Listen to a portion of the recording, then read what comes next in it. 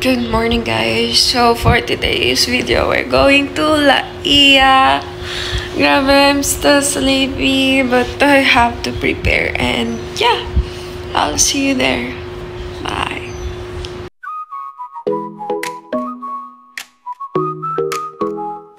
So, here we are today at Bigger Monte in San Juan, La Ia. Super ganda ng view. Hi guys, so ayan. So na tayo kumain. Oh my gosh. This is my first time going out alone. Kasi nga sabi ko, bakit hindi? Lagi akong stress. But anyway, so may mga natira pa akong pagkain. Guys, kain. Luto ko kanina. Kasi mostly ngayon, hindi na ako nag-rice. So, kain ko lang talaga, puro gulay. Ato, yan. Tsaka mga ulam na ganyan. Chop suey.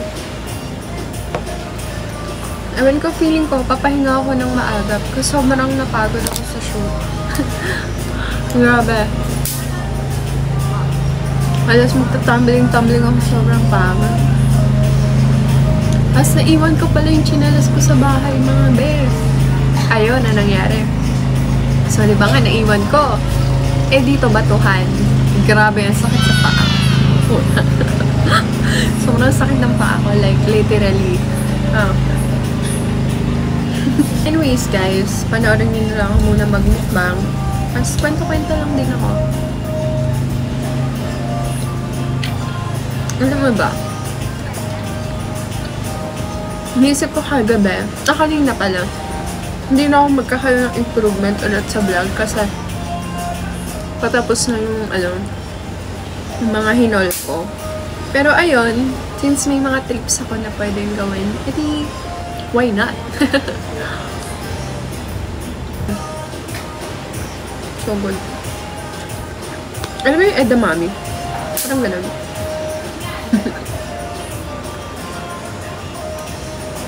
Malaman siya. Hindi ko alam tawag dito. Nakalimutan ko. Binili ko lang siya dun sa tindahan malapit sa amin. Masarap siya. Naiwan ko sa sa kotse yung basahin ko. Sana di kayo magsawa, guys. Sa mukha ko. Kasi ito na lang yung para mahinding full vlog. Pero try ko pa rin mag-vlog tomorrow. Iikot-ikot tayo dito sa gano'n ba katagal ang mukbang? Masarap. Masarap sana tong hipon, guys. Kaso, super dikit ng balat niya. Habi, frozen na ata. Alam niyo ba dati, allergic ako sa hipon. Habas, wala na nag-barko ako. Nawala na yung allergy. Hindi ko alam bakit.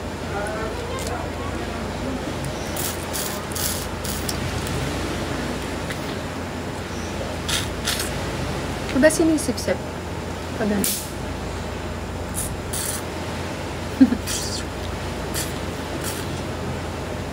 Malamig na siya actually. Pero okay pa rin naman. Kahit malamig.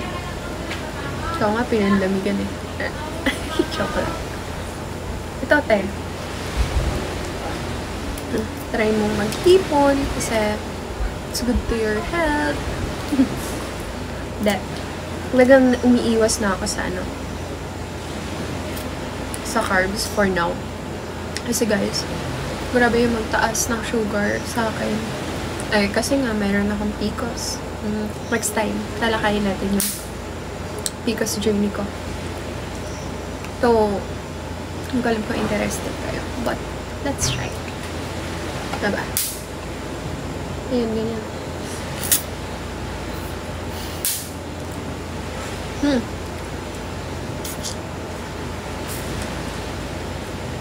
Lagi siyang tumutulog. Oh, so good.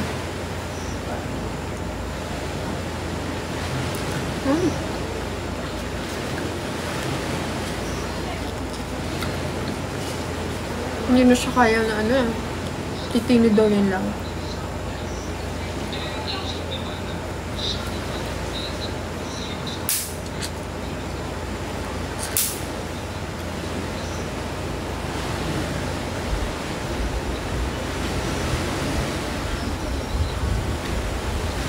Rinig niyo ba yung alon? Sarap sa tenga na, guys. May bonfire kaya sila tonight. Wala lang nightlife dito sa ano eh. Dito sa B9.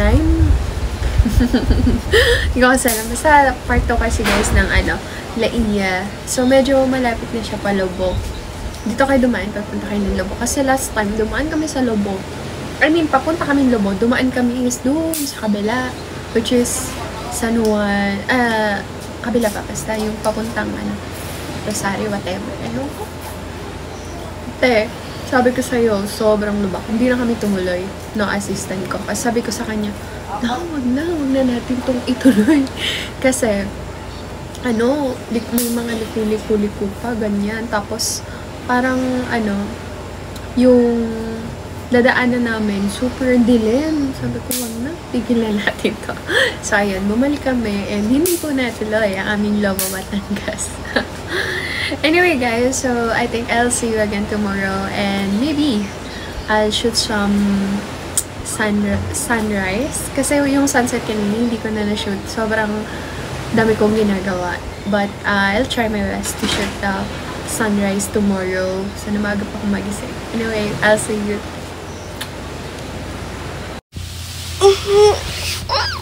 Pakita ko sa inyo guys yung view ko today.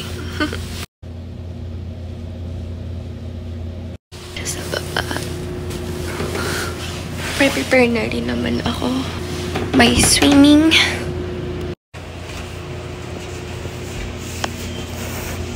Dito guys. Hindi siya masyadong high tide, but place is already good. Ibang resort na to eh. Sabi ni Kuya kagabi, since nakausap ko nga, bigang malaki daw to. And yung sa kanila, ang bigang motel, which is dito sa side na to. Yung mahirap lang yung yung papunta eh, but it's okay naman, tolerable, as long as may sasakyan ka. Ayan. Kahapon, mataas to. Nag-shoot ako dito kahapon, but ngayon, ayan, medyo okay na siya. Diba?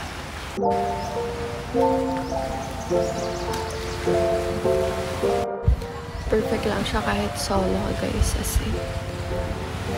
kasi hindi rin siya ganun ka-crowded, and hindi naman magulo yung mga tao.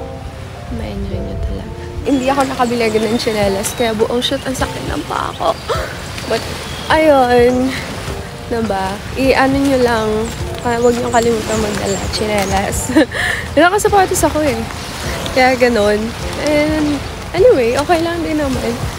Pero di siya ganun ka-tolerable kapag masyado ka nang matagal sa tubig. Diba? Ay, sa baton. Okay din naman sa part dito, guys. Ayan. Yan kasi low tide, kaya okay naman.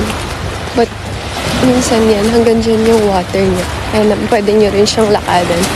And kahit solo, diba, yung mga photoshoot sa ganyan, pwede kayong magpatong lang ng tripod nyo dyan, sa part dyan. Kasi hindi na siya abot ng water. Pwede na lang talaga pag sobrang high tide. But, okay naman siya in normal days. Then, pwede kayong mag-volleyball. May mga ginagawa na ditong team building, guys. Kaya, pwede to kapag gusto nyo ng company trip, ganon. Pero, again, the daan is not manageable. Hi! Psst. Hello! O, diba? Nakakita pa ako ng pusa. Alam niyo naman, pag may pusa tayo nakikita. O, diba? Inaayos ko pa lang yung camera. Umalis na siya. Ayan. Wala na. Umalis na. Doon na siya sa water. Gusto ko sana mag-swimming, pero mamaya na. Ayan. So, may part dito, guys, kung saan ako kahapon yung parang nag-shoot ako na, na medyo parang pool din, like the other side. Kasi nagmumukhang pool yun eh, dun sa kabila, sa may bigang malaki. Diba? As you can see, oh, ayan. Tumataas naman yung water dito. Actually, mataas yung tubig kahapon. Munti ka na nga akong malunod. Joke lang. Ayan. As ang dami ditong crabs. Diyan, may makikita kayo dyan mga crabs. Ayun. Hindi naman sila nang as long as, hindi mo rin sila anuhin. Ingat lang din kasi ang alam ko, medyo poisonous yung makulay na na crab. Yung, ewan ko, kung yun ba yun? Oh, diba? Ang ganda dito, guys. Promise. Oh, kita mo yan. Ay! Diba? So, pag mataas siya, medyo madulas yung ibang part. Pero ngayon, tolerable naman. Ayan. Tapos, meron dito, guys. Posing din ako dito kahapon sa park din dyan. Yan. Tsaka, ayan. Hindi na makakaabot dun eh. Hopefully nga, next time, makabalik ulit ako kasi super peaceful lang dito, guys. Oh, diba? And ito na yung view ng resort.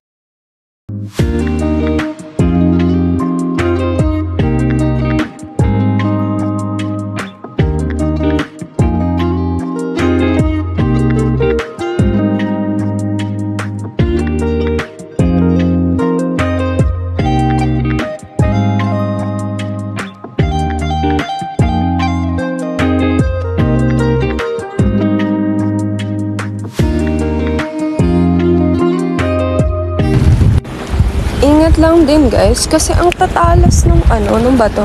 Huwag na kayo magtaka kung bakit ganyan yung sleeper ko kasi binili ko lang to dito. Dalawa lang ako nadalang sinalas. Ang sakit-sakit sa paa. Oh my God. May locals ako nabilhan, guys, nito. Ito. Tapos meron din akong anklet. Wala lang. Ang cute lang. Para na akong island girl. Chuchu. Ganun. So, lang ako ngayon, mag-shoot ako ng konti and then, siguro maya magpe-prepare na ako para umuwi. Kasi, wala, di naman ako. Hindi, hanggang 12 lang din naman. So, para before 12, siguro makauwi na ako. Malapit lang naman halos yung sa amin dito. Like, 1 hour drive, 1.5 kapag mabagal. Pag matagal yung driving mo. So, depends sa'yo. Grabe na. I'm happy. Super happy.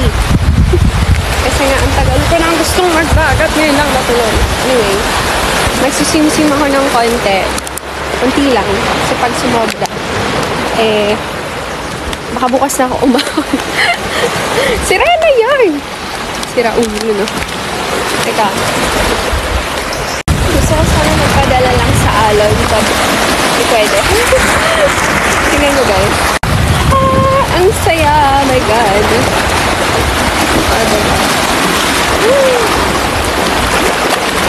Dito ako mag-swim kasi doon sa kabila medyo matao. So, dito na lang. So, ayun. Pag nahulog yung phone ko, alam niyo na. Hayop din talaga ako no? Wala, ganyan-ganyan lang, guys. Pero yung fairness, Makati siya. Makati. Hindi, siguro kasi nga, hindi ganun yung buhangin. Wala siya masyadong buhangin. Puro mabato. Tapos doon. Natatakot ako kasi baka mamaya nasalabay ako. Ang sakit! Wait lang, hahanap ako ng pwesto. Nakakaloka. Hinahanap ko yung gamit ko. Nandito pala sa kabilang side. My God, kasi. Ayan. So, hanap ng bato na maapakan na hindi masakit sa paa kasi super sakit niya, guys, pag wala kayong sleeper. Kaya don't forget your sleeper pag pupunta kayo dito. Yan. Dito tayo sa part dito. Pinuntahan natin kanina. Dito na ang lalaki. Pero mababaw pa kasi yung water. Kaya, ayun. Pero medyo tumataas-taas na rin siya.